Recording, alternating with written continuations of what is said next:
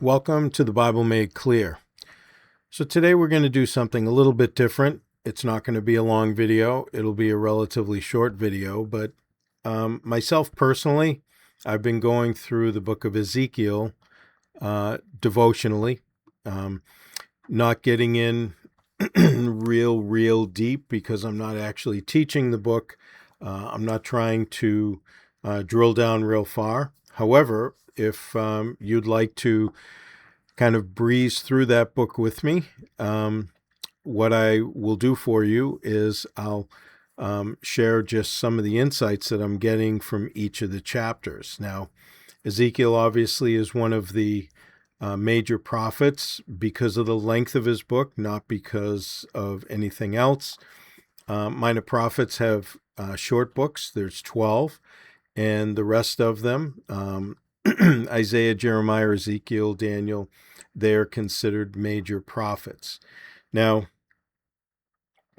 there's a lot of, I think, misunderstandings regarding Ezekiel.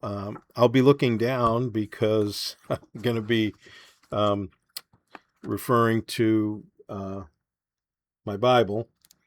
And as I look down, it's just really to look at the verses, and if I have any notes that I've written down, I'll share them with you.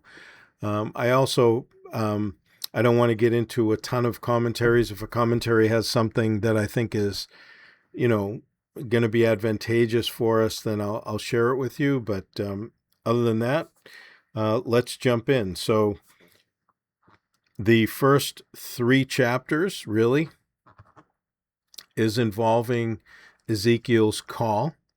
I think we need to understand, and we'll get to the verse that I think demonstrates that, but the calling of God is the enabling of God. And oftentimes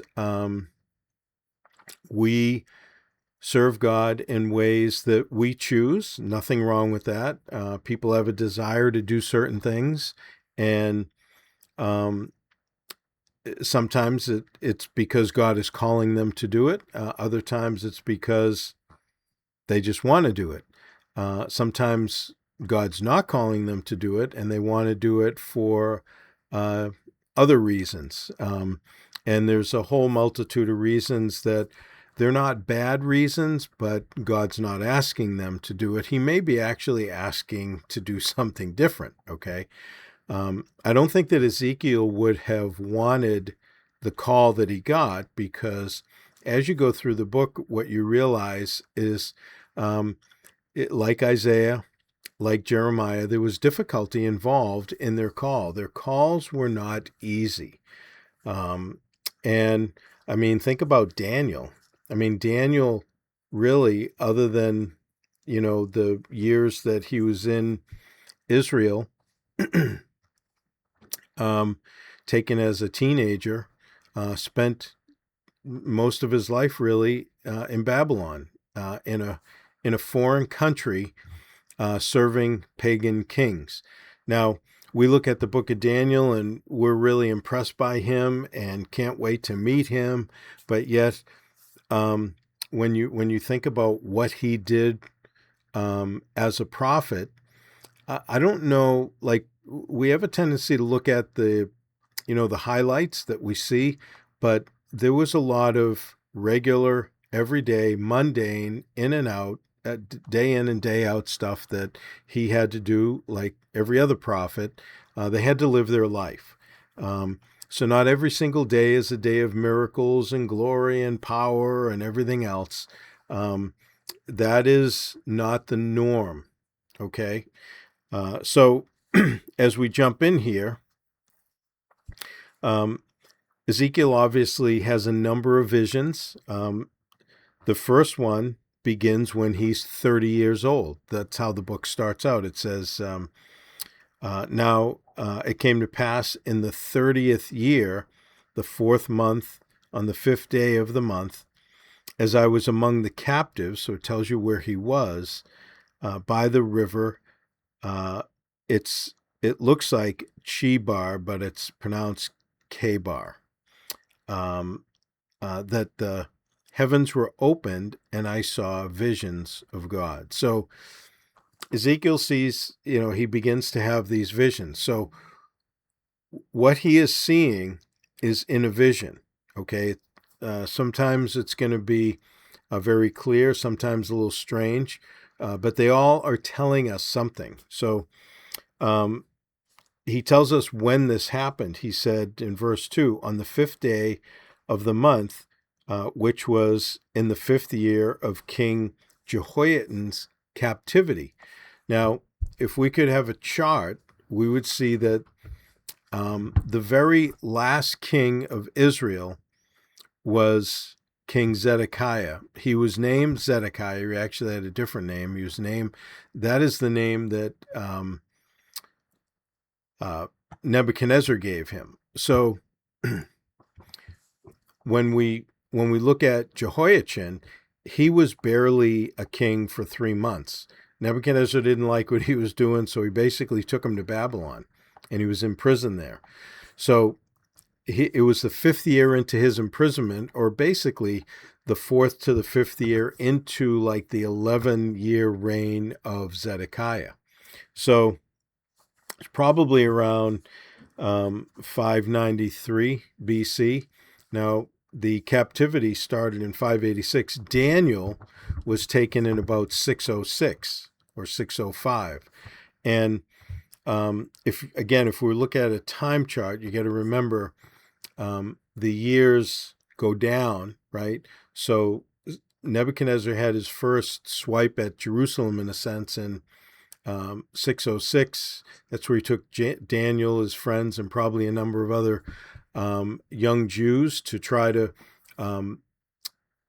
condition them to be valuable for Babylon as servants. And then he had put in, actually, the king that he put in at that time was Jehoiakim. So Jehoiakim was the king, and then it was around 596, there was another time that he came down. Zedekiah had been installed by then, and then the last swing down to actually bring them into captivity was 586. So there was a couple of times that, a few times actually, that Nebuchadnezzar, I think 2 of them he came personally in the first and the last. The middle one he sent people. But essentially, Babylon, from the time he came down in 606, they were managing Israel. They were a foreign power that had taken over, and the kings that were on the throne were puppets. They were just basically doing whatever Nebuchadnezzar wanted. When they started to rebel, he took them out, he put in somebody else. They didn't do what he liked, he took them out and put somebody else. So those were the last few kings in Judah. So they were not good kings. The last good king was Josiah, remember. So anyways, it's at this point in time. So Israel is still functioning under Zedekiah, but Ezekiel is brought to Babylon, and he is by the river Kebar, and he's with the captives. So verse 3 said, the word of the Lord came expressly to Ezekiel the priest. So Ezekiel was not just a prophet, but a priest. He was from the priest family. The son of Burzi, in the land of the Chaldeans, which is the Babylonians, by the river Kebar, and the hand of the Lord was upon him there. Now, verse 4 says, then I looked, and behold, a whirlwind was coming out of the north. And again, he's seeing this in a vision.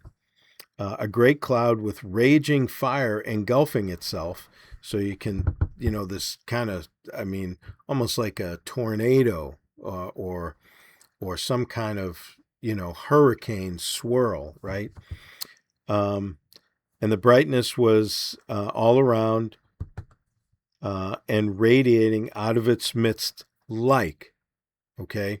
So as you read through chapter 1, you'll see the word like or likeness. So it's like the color of amber out of the midst of the fire. Verse 5, also from within it came the likeness, all right, of 4 living creatures, and this was their appearance. So he describes them. They had the likeness of a man, so there's some aspect that they looked human. Each one had 4 faces. Each one had 4 wings. Their legs were straight, and the soles of their feet were like. They weren't, but they were like the soles of calves' feet. You know what a calf's foot looks like. And then they sparkled like the color of burnished bronze. Now, whenever we see the color, a brass color, it's always related to judgment, okay?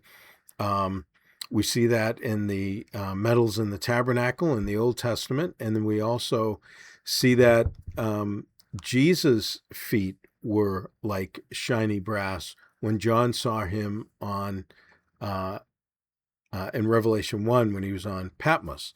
So these 4 living creatures were they were obviously somehow going to be related to judgment, right? And they moved in a strange way. They didn't move as somebody would normally move. So again, that's his vision. Verse 8 says, the hands of a man were under their wings, on their 4 sides, and each of the 4 had faces and wings. Very strange looking. Their wings touched one another. The creatures did not turn when they went, but each went straight forward. So, they didn't do this turning. They either went and then obviously just like kind of moved, right? However they went, apparently always in the same direction. Verse 10, it says, as for the likeness of their faces, right? Each had the face of a man, the face of a lion, ox, and eagle. That's in verse 10. So oftentimes that's compared to Revelation chapter 4, verse 7, where John has the vision of the 4 living creatures around the throne. And they're obviously very, very similar. Some form of an angelic being, obviously. And again, he's seeing them, as does John, in a vision, okay? So as he watches them, they have a weird way that they move, okay? And they all go kind of straight forward, and they go in verse 12, it says, where the Spirit wanted them to go. Verse 13, as for the likeness of the living creatures, it says their appearance was like burning coals of fire, like the appearance of torches. So there's obviously a brightness and a glow going back and forth among the living creatures.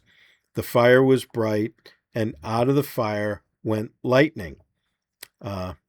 Not something you see every day, obviously. And the living creatures ran back and forth in appearance like a flashing of light. So you got, they move odd, they go back and forth. There's lightnings coming out of them, all this brightness.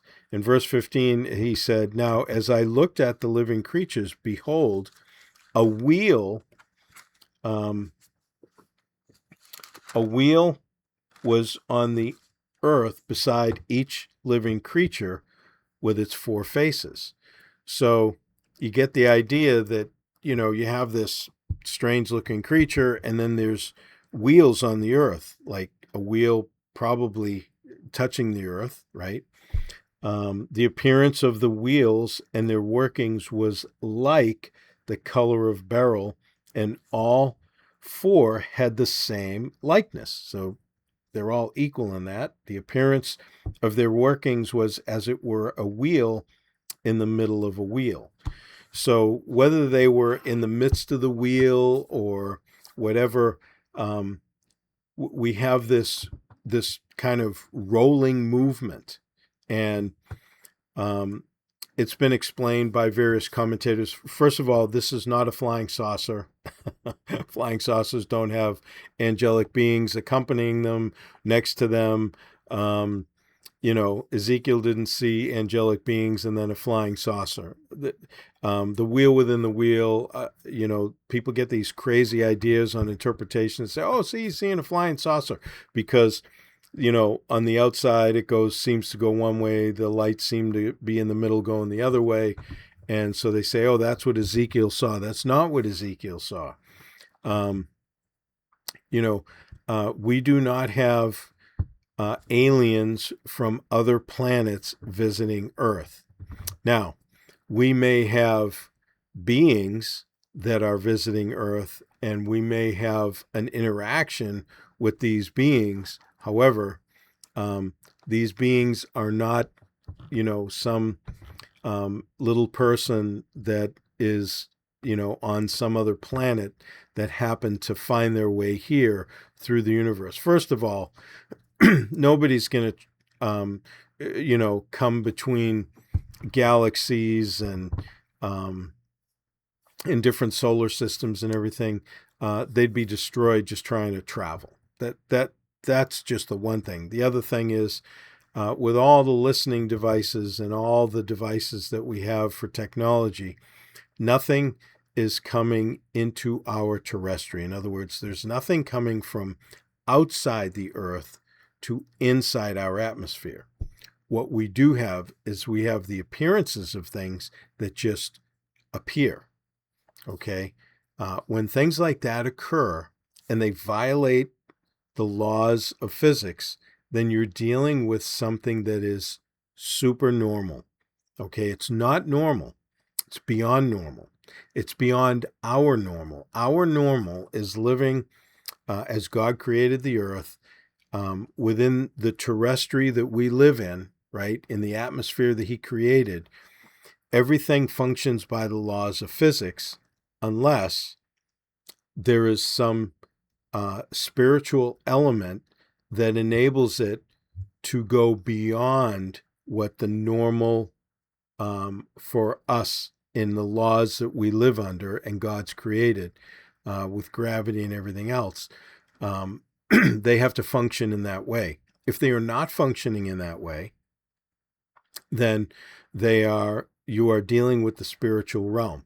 So, you see, beings appear, that were not there. Jesus did this after his resurrection. He would appear in a room. It wasn't because he was in the corridor and needed to come in. He just appears there because he is coming from one dimension to the other. And, you have angels that do that at times. Demonic beings have an ability beyond our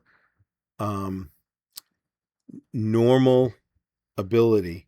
So because it's beyond, we wouldn't call it supernatural, because it's not that they are beyond the laws of nature, but it is super normal. It's normal for them. It's not normal for us. They can do things that we cannot do.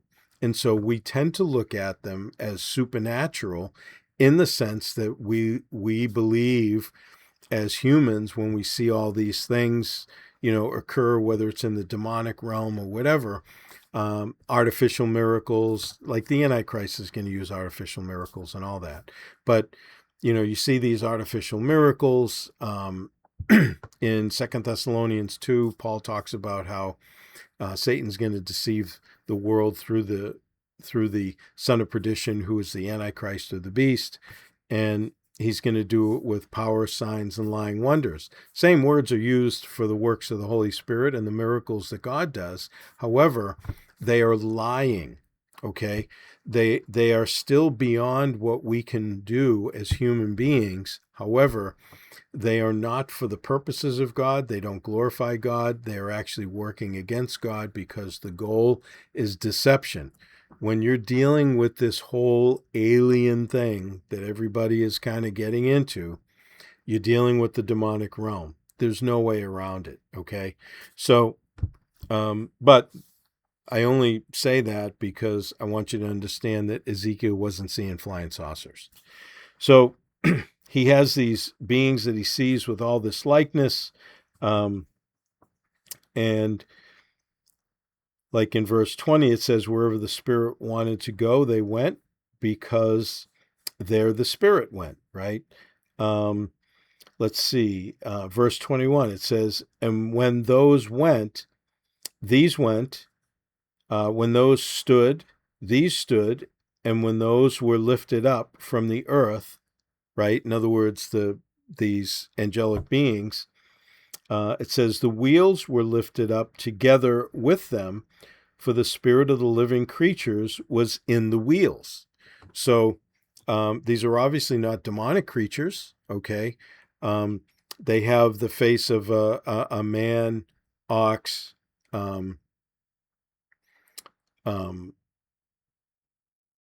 eagle, and what was the other one? Senior moment.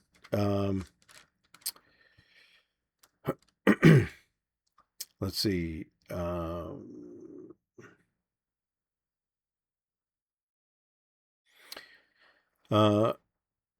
Verse 10, man, lion, ox, and eagle. I don't know how I forgot that. And those are oftentimes compared to the Gospels. The face of a man is like the Gospel of Luke. Dr. Luke puts Jesus under his microscope to examine the perfect human being. The lion is Matthew.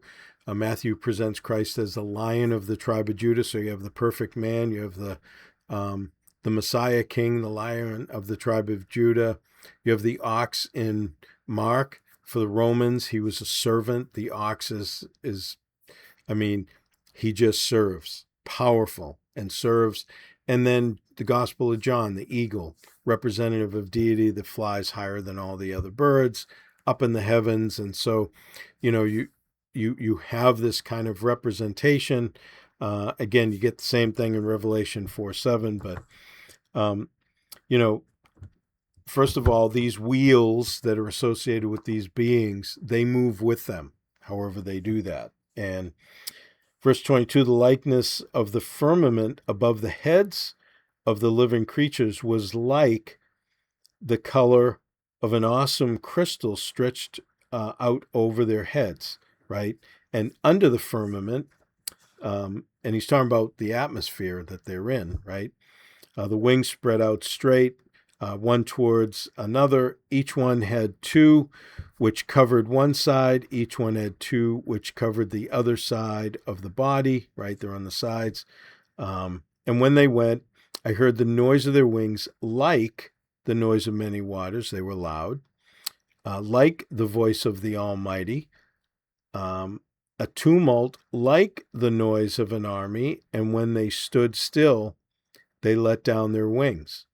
So they would go out, they would move around. For whatever reason, they were very noisy, all right? Armies are noisy when they're marching. The voice of God certainly is powerful. The noise of many waters, like Niagara Falls, it's really loud. Interestingly enough, when people see all these flying saucers, it's not a noise. Silence. Nothing, right? And it says, verse 25, a voice came from above the firmament that was over their heads. Whenever they stood, they let down their wings, and above the firmament over their heads was the likeness of a throne, in appearance like a sapphire stone. On the likeness of the throne was the likeness of the appearance of a man high above it. Very interesting. So they are giving you, Ezekiel is seeing in this vision, earth, these wheels kind of touching earth and heaven. I think the idea is there is going to be movement. God is going to be moving on the earth for judgment. Again, this is introducing like Ezekiel and what his experiences are in the visions God has given him. And then, he gets to the end, verse 28, he says, let's see, actually verse 27, after he talks about the man high above it, right, says, also from the appearance of his waist and upward, I saw, as it were, the color of amber, with the appearance of fire all around within it. And from the appearance of his waist and downward, I saw as it were the appearance of fire with brightness all around. Lot of light here, right? Verse 28 says, like the appearance of a rainbow in the cloud on a rainy day, so was the appearance of the brightness all around it. This was the appearance of the likeness of the glory of the Lord. So he tells you this is the appearance of the likeness of God's glory. So that's what he's seeing. And he says, so when I saw it, I fell on my face and heard the voice of one speaking. Right. And then he goes into chapter 2, and he said to me, Son of man, stand on your feet and I'll speak to you. So anyways, we're at 25 minutes. I thought this was going to go 10. I didn't mean to get into the everything I mentioned, but, he sees these cherubim. He sees this vision. This is introductory. You can read through the chapter yourself. You can see that Ezekiel is going to see these visions. And as we get into the book, the visions are related to all the other things that God shows him.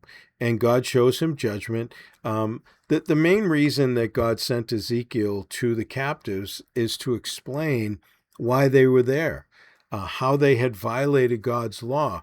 Again, all around Israel, people would hear things and then, Nebuchadnezzar comes down, takes them captive, but they didn't necessarily know every single thing that was going on.